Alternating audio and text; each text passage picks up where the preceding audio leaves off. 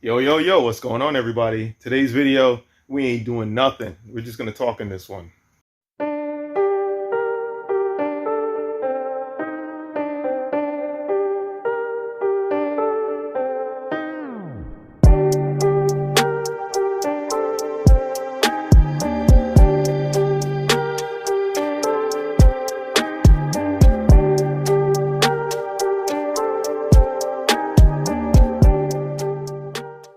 So, where do we begin? I haven't posted a video in a while, guys. Sorry about that.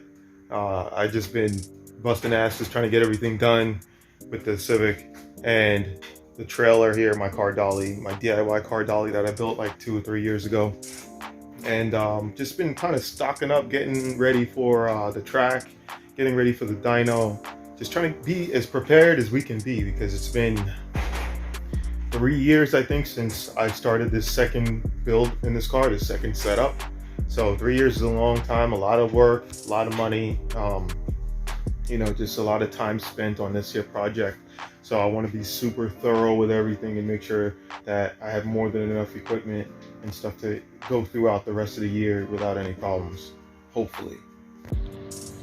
All right, so to begin on all the stuff that I've been doing, this is what's going on here at the storage. I reorganized everything because my dolly here was all the way in the back behind the shelves before. If you guys remember from the previous video, the shelves used to be on this wall here. Well, I moved them over to this side because I had to pull this out. And I need to be able to have quick access to this thing now that the car is just about ready to race. I don't want to have to be taking these shelves out. I mean, this was a big process, removing everything off the shelves and, restocking it all up. I tossed a lot of stuff in the garbage that I didn't need. But these shelves are pretty high. They're 8.5 feet tall, so I got them stacked 10 feet high. And I had some tires that I tossed. I kept the spare for my daily. I got the slicks there. My dad hooked me up with a nice plasma cutter for free. He's like, Rob, I'm gonna give you this plasma cutter. So I've used these in the past. Especially at a younger age, I was using these things, so I know how to use them. I got a compressor here for it. And so now I have a way to cut thick metal if I ever needed to. One day I'm going to expand, obviously, guys. I would love to open up an automotive shop, but for right now, this is going to do it for my personal needs. But in the future, I would like to do something automotive, and having stuff like a plasma cutter to, to be able to cut things and fabricate things is awesome. So thanks, Dad. I appreciate that. What else? Yeah, this is the trailer here that I made a couple years ago.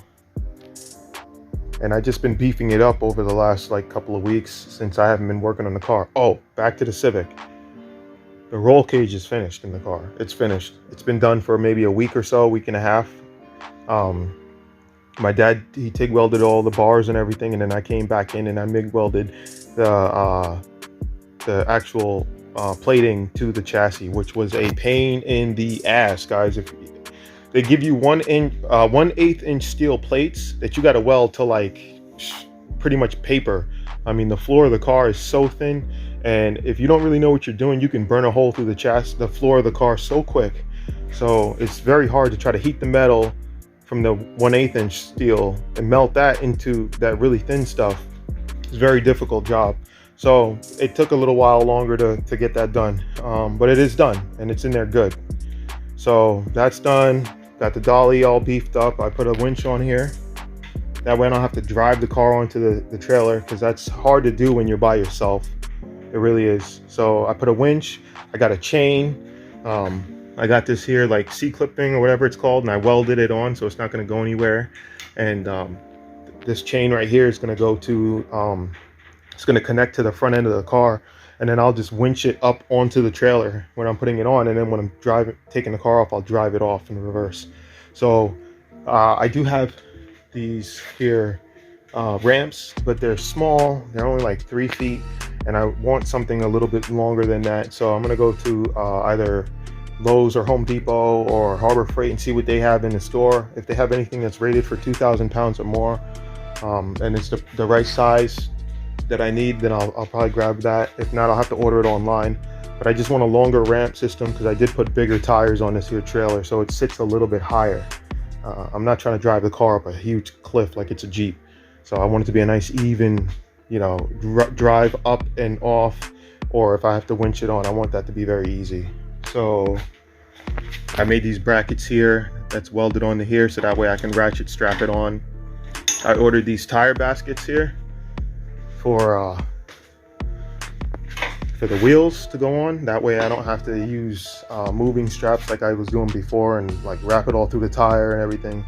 Now it's a nice easy setup, simple. Welded this here on here.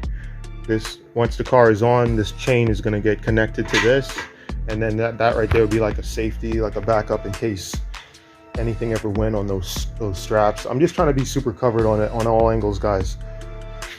What else? Picked up a welder. Man, this thing is a beast. I love this little welder. Perfect for my needs. We got a ton of goodies to put in the car. MSD wires. I got a proper coolant temperature gauge from Glow Shift now, so we're gonna put that on there. What else? Got the injectors here, the nitrous purge valve system. I'm on the fence about ordering the bottle warmer, guys, just because I really want to keep the car all motor and just run it on M5. And I'm hoping, man, guys, if we can make close to 300 horsepower just on the engine on M5, I'll probably leave it the way it is, you know. But if not, then we're gonna do like E85 and nitrous mix, and probably just shoot for 350, which shouldn't be a problem on that engine. So just trying to be prepared, guys. Oh, another big thing is, you guys see this right here? Lexan. We got Lexan for days, okay? Let me get up in here and show you guys a better angle. So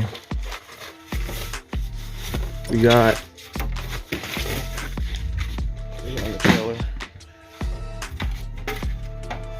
YNS Lexan windows for the front, pre-cut, 20% tint. I didn't want to be messing around with these, so that's why I ordered them. Shout out to Katie, thank you for buying these for me for my birthday. So we got the 20% tint on these. These are gonna go right in. And then I ordered these other pieces here. I got 2 of these sheets here, 1/8, for the back windows. And I ordered those from Amazon. They were $40 a sheet. So 80 bucks to do the 2 back quarter windows. And then I went to Home Depot and I got 1/8 huge sheet. It's a 8 by 4 foot sheet. It was like 200 bucks. And this is gonna be for the front windshield. And I believe I have enough here to do the rear hatch glass. So we got enough for all the windows, guys, all of them. And I know I'm kind of just moving around here. It's not really much to do today, except to update you guys. And where is it at? Oh, I got tons of paint to paint the interior. We're gonna spray paint it just like we did the outside of the car. Where's that other bag? There we go.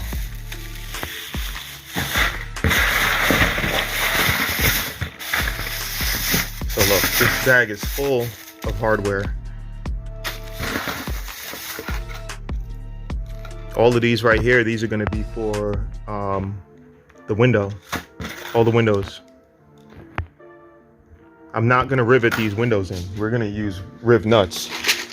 I picked up this huge pack of riv nuts here. We're going to use these. That way I can take the windows in and out as I please. The front windshield, I'll rivet that in. That'll be riveted in because I don't plan on ever taking that out. But the back windows, I'm definitely gonna riv nut them. So I got all the hardware for all of this stuff right here. Look at this. I mean, packs and packs and packs of hardware. What else? Picked up 2 brand new axles, passenger side and driver side for the car. Now the axles that are on there are AutoZone axles, just like these are. And they are under full warranty, but I picked up an extra set. That way when we go to the track, if anything happens, we got a fresh axle right there ready to go. And then, guess what? You just take the broken axle and warranty it out the next day and get a whole new one. So we'll always have axles for the car.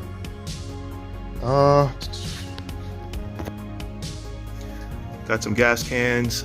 I ordered another helmet, but I left it at home. This helmet is a DOT helmet that I picked up a long time ago. I forgot the brand. It was an expensive brand. I got it used, but it was like brand new from some old man that lived like right down the road from me at the time. And I just spray painted it black just because I didn't like the colors on it. It was like too flashy, like red, blue, white, and all that stuff, zigzag designs. And so I painted it. But this is a DOT helmet. It's not really for track racing. It's for motorcycles. So I feel like this right here could be an issue getting into the track. I don't want to have any problems if you get the one tech guy that's really, really, really anal about everything. And he's like, you know what? Nope, it's a DOT helmet. It's spray painted. I can't see any dates on there, nothing. So I just went ahead and ordered a race grip helmet, you know, that's SA 2020. So it's brand new and it's going to be good for a long time. And it's fire resistant. The helmet, the padding inside is fire resistant. The paint on the outside is fire resistant, and the actual face shield is fire resistant. So I got fire pants and fire jacket. Might as well get the, you know, the helmet too to go along with it. So I don't know, guys. I think that might be about it. I'm sure I'm missing a couple of somethings.